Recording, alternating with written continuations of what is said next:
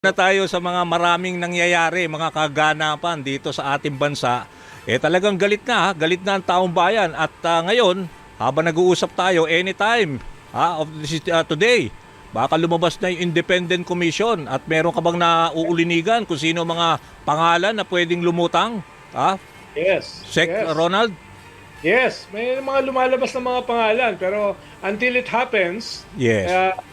hindi natin sigurado. Halimbawa, lumalabas yung pangalan ni Mayor Magalong before. Yes. Pero hindi yata siya kasama. Okay. Lumalabas din yung pangalan ni General Torre. Pero sigurado ko hindi siya kasama. Okay. No, lumalabas yung pangalan ni Babe Singson. Yes. Posible siyang kasama. Okay. Lumalabas din yung pangalan ni former Supreme Court Justice Bernabe. Posible siyang kasama. No? Lumalabas din yung pangalan ni Justice Carpio. Posible rin siya. No? Okay. So, may mga lumalabas na pangalan na more possible than the others. Yun. Pero lumalabas na pangalan na baka malabo. Katulad ni General Torre.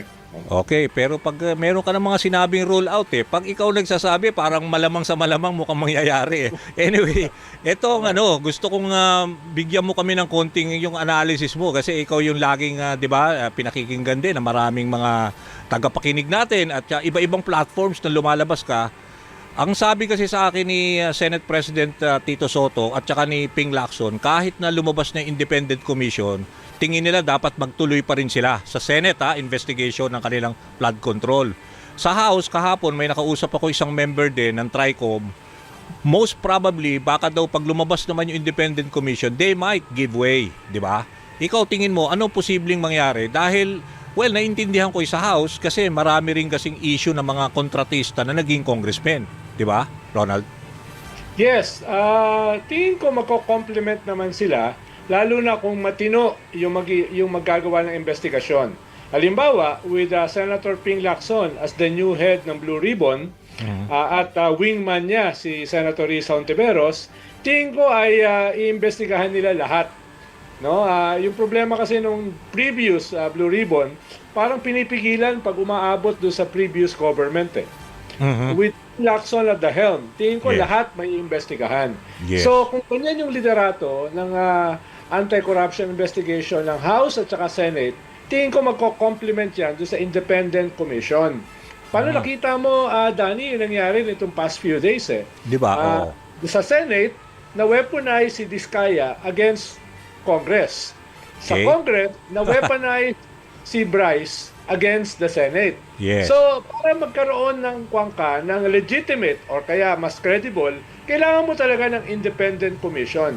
The Independent Commission will provide credibility dito sa anti-corruption drive ng Presidente. At pwede rin siya maging fulcrum between the Senate and the House. Pwede siyang mag-complement. Pwede niyang kunin yung laman ng investigasyon ng Senate at saka House.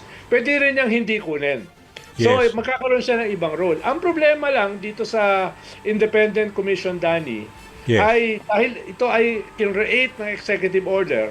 At kung babasahin mo yung executive order, nakalagay doon may subpoena power siya. Yes, oo nga. Hindi ganun kadali yan dahil ang subpoena powers ay dapat ginagawa muna yung batas para bigyan ka ng power. Executive order ka lang Yes. Kaya magkakaroon ng problema dyan, halimbawa yung Senate at saka House, kung i-assert nila na wala namang powers to subpoena yung Independent Commission, no? So, ang pwedeng gawin ng Independent Commission, ang mag-subpoena ay yung Congress at saka yung House. Dahil Ganon? medyo kanilang powers Oo, pero meron ng power to subpoena. Yun din na nakita ko sa executive order. Yes. Yeah. At Pero saka ang executive order cannot do that.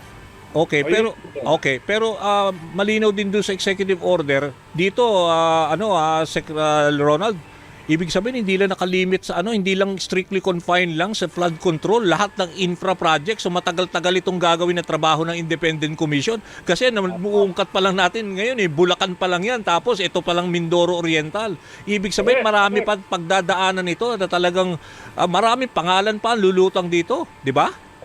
Correct, Danny. Baka yung mga apo natin ay napalitan na tayo nag-iimbestiga pa. Nandiyan pa rin yung Independent Commission.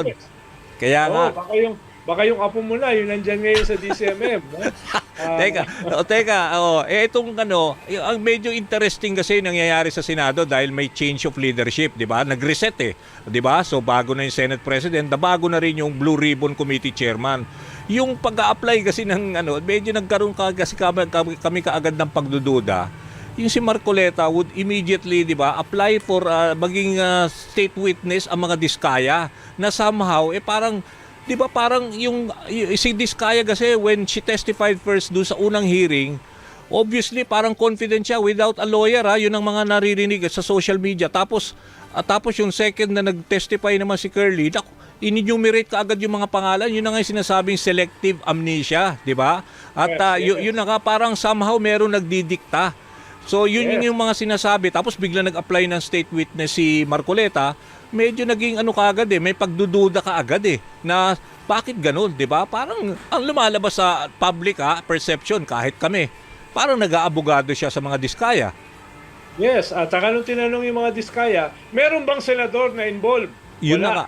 Okay. Meron bang senador kayong kausap? Wala. May maniniwala ka ba naman doon, di ba?